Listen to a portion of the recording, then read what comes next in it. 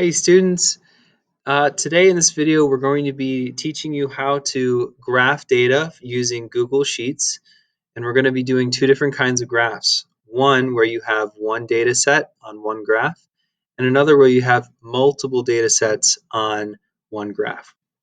So to start, I have some basic data from 4 different students here.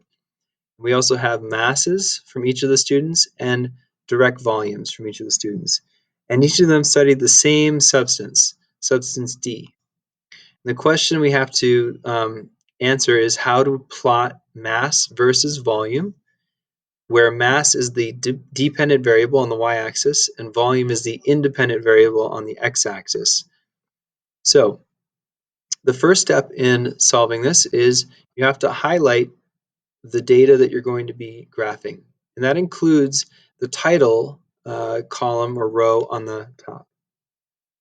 The second step is you have to go up to Insert and click Chart. And it's going to generate a chart based on that data for you. Now, this is not the correct chart. We have to go up to the chart type. We don't want a bar chart because that doesn't give us as much of an ability to do things like trend lines as we want. So we're going to switch this and we're going to click Scatter. And now we have a scatter plot. Notice also that we have, among other things, a title and axes labels, and that's great.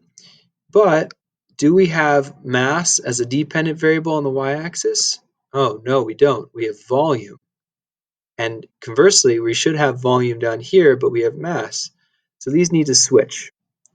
So what we can do is go to the x-axis under Setup, click there, and as you can see, you can switch this. So that's direct volume now, and then we'll switch this to mass. Okay? Notice that you changed this, but the axes titles have not changed. We're going to switch that in a second.